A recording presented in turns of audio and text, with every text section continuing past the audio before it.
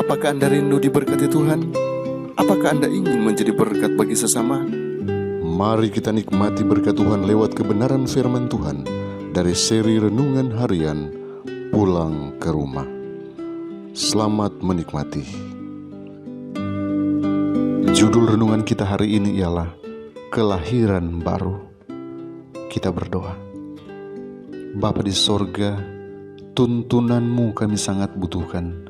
Biarlah Engkau mau pengaruhi kami dengan kuasa Roh Kudus-Mu, agar kami boleh memahami akan kebenaran firman yang siap kami renungkan saat ini. Dalam nama Yesus, amin. Ayat inti kita hari ini diambil dari Yohanes pasal 3 ayat yang ketiga. Firman Tuhan berkata, Aku berkata kepadamu, sesungguhnya jika seorang tidak dilahirkan kembali, ia tidak dapat melihat kerajaan Allah. Saudaraku, pernyataan bahwa Kristus oleh kematiannya menghapuskan hukum Bapanya tidaklah beralasan.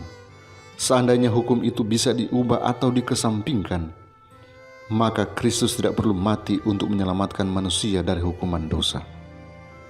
Kematian Kristus yang sama sekali tidak menghapuskan hukum itu membuktikan bahwa hukum itu tidak bisa diubah.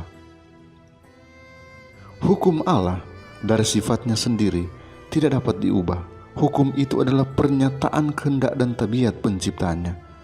Allah adalah kasih dan hukumnya adalah kasih. Prinsip agungnya ialah mengasihi Allah dan mengasihi manusia. Kasih adalah kegenapan hukum Taurat. Roma 13 ayat 10. Tabiat Allah ialah kebenaran. Demikianlah sifat hukumnya. Pemazmur berkata, Tauratmu benar, segala perintahmu benar. Mazmur 119 ayat 142 dan ayat 172. Dan Rasul Paulus menyatakan, jadi hukum Taurat adalah kudus dan perintah itu juga adalah kudus, benar dan baik.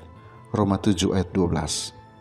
Hukum seperti itu yang menjadi penyataan pikiran dan kehendak Allah sudah tentu sekekal penciptanya.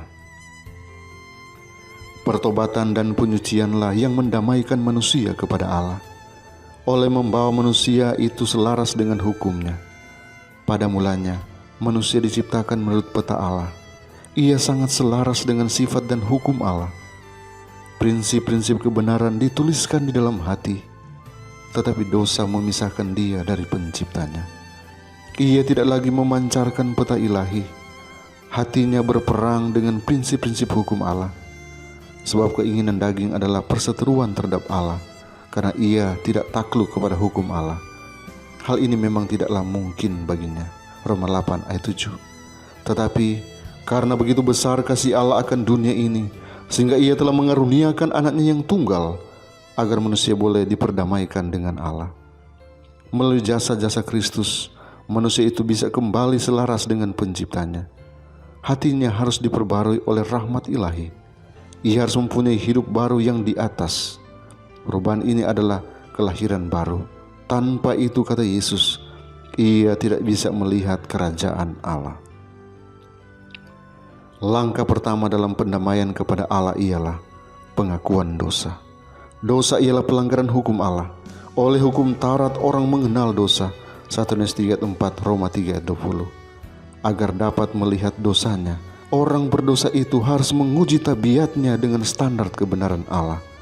Standar kebenaran itu adalah cermin yang menunjukkan penyempurnaan tabiat kebenaran dan yang menyanggupkan untuk melihat cacat pada dirinya.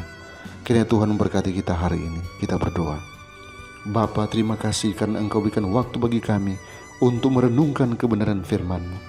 Bila firman ini boleh menuntun kami hari ini, untuk kami boleh melakukan semua kegiatan kami, dan semua yang kami rencanakan, kami lakukan hanya dengan penyertaan dari Tuhan. Ada kesuksesan yang kami raih, dan semuanya kami kembalikan untuk hormat kemuliaan bagi nama Tuhan. Apapun aktivitas kami hari ini Tuhan, hamba menyerahkan kehidupan umat-umat Tuhan yang mendengarkan channel ini hanya ke dalam tangan-Mu. Engkau pagari mereka dengan kuasa-Mu. Engkau hindarkan dari sakit penyakit, mara bahaya, bahkan wabah yang sedang melanda dunia ini. Terima kasih Tuhan, inilah doa hamba-Mu. Hamba berdoa dalam nama Yesus Tuhan dan Juru Selamat kami. Amin.